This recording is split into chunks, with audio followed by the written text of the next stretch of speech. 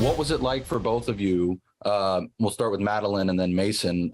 When the scripts came to you and you saw all that the film would entail.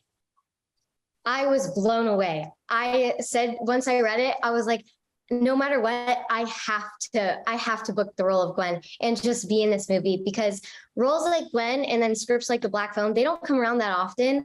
So I was in awe as soon as I read the script. Yeah, and then Mason, how about yourself?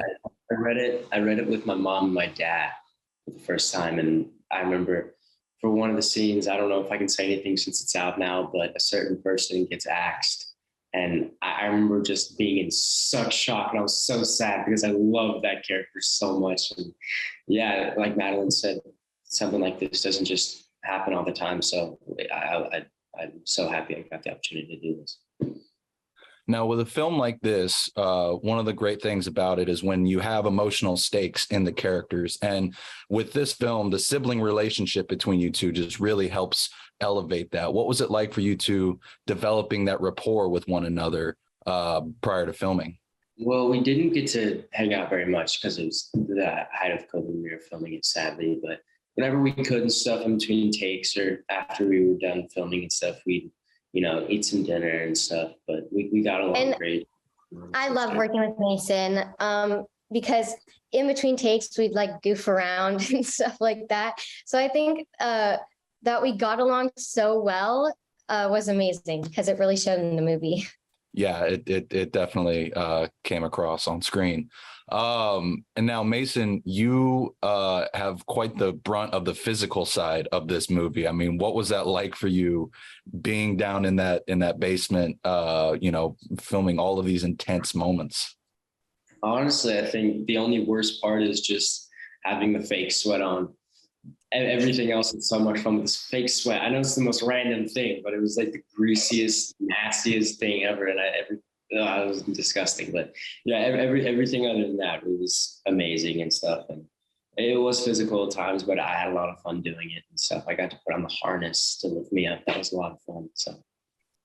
Now, what was both of your first reactions to seeing the actual grabber mask? Because, I mean, I know there are variations of it, but what was it like for both of you when you first saw it? Well, for me, I didn't get to see it on set. I don't think I would remember, but I saw it at the premiere and I was like, oh my gosh, this is so creepy. And then he was like popping up behind us and everything. It was really scary.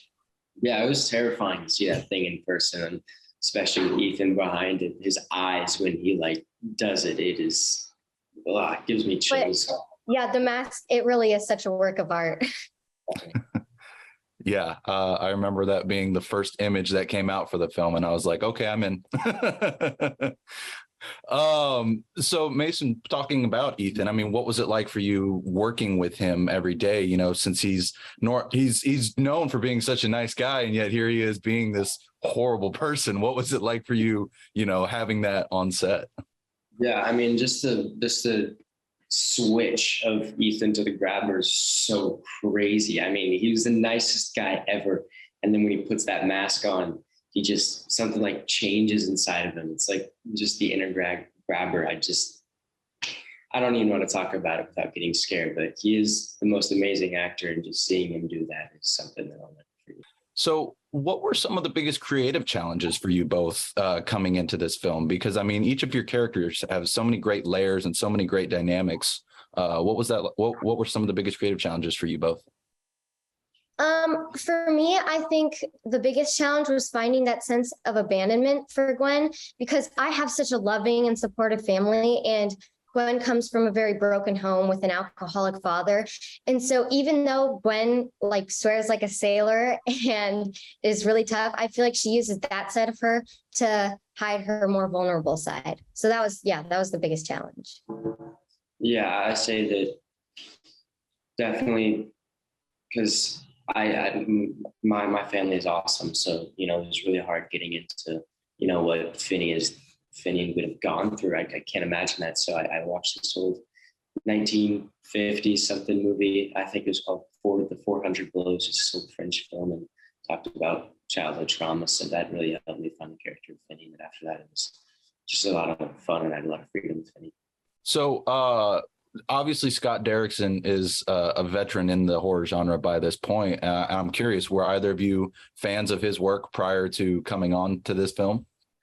Oh yeah, Doctor Strange, definitely. But I'm not allowed to see a lot of horror movies. So I don't know. I've been begging my mom to let me watch Sinister, but she said definitely no. She's even shaking her head right now. Yeah, Sinister creeped me out so much. I remember watching out with my brother. I think it was Halloween 2018 or 17, and I had like a group of some buddies over, and he's like, y'all want to watch a scary movie? I said, yeah. On Halloween? Yes, it was like 2 a.m. and he put it on the TV. Oh my God. I don't think we slept. So yeah, that was amazing. That Sinister is still one of my favorite movies, although I don't know if I throw it on at 2 a.m. That's a choice. That's scary. You didn't know. And it's great to see that everybody's been so positive about the Black Phone, because it was one of my most anticipated films. But what has that been like for both of you, seeing the positive reception from both critics and audiences? I mean, it's amazing. Yeah. Words. It's unbelievable. Were you feeling that as you were filming, that it had that potential to reach that wide audience? Yes, definitely. But when it came out, I was a bit in shock. Yeah, it all happened so fast. It feels like I filmed it only like a couple months ago. It's so weird. Yeah.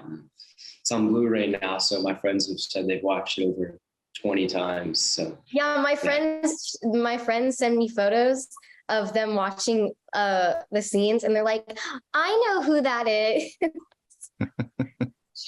Oh, that's awesome. I can only imagine what that must feel like, having friends point you out on TV. And so Scott's teased ideas about a possible sequel to the film. And I'm curious, what are your thoughts on possibly continuing this story in another film? If there is one, I would so do it. I would definitely do it. Yeah, it'd be a lot of fun. Where do you think, or where would you like to see your characters go in a potential sequel? I don't know. That's a really good question. I don't know. Definitely, I want to see them grow as characters and as siblings and as people. But I don't know. I would love to see further evolution on that front as well, especially with the father redemption near the end of the film. Or well, maybe redemption. I don't know. It could totally not go towards redemption in a sequel.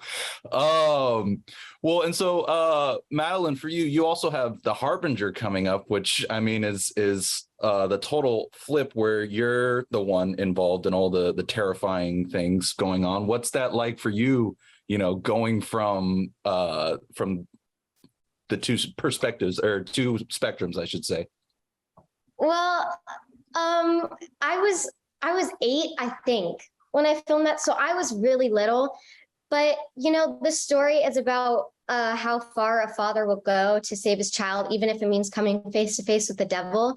But I know that I'm like the creepy one in it, but I feel like you still see, I don't know, the light inside me in some way. Yeah. Well, I'll be interested to hear more about that when that comes along. And I can't wait to keep boosting word about the Black Phone to everybody. It was truly such a great film from start to finish. Thank you both so much for taking the time to chat. I greatly appreciate it.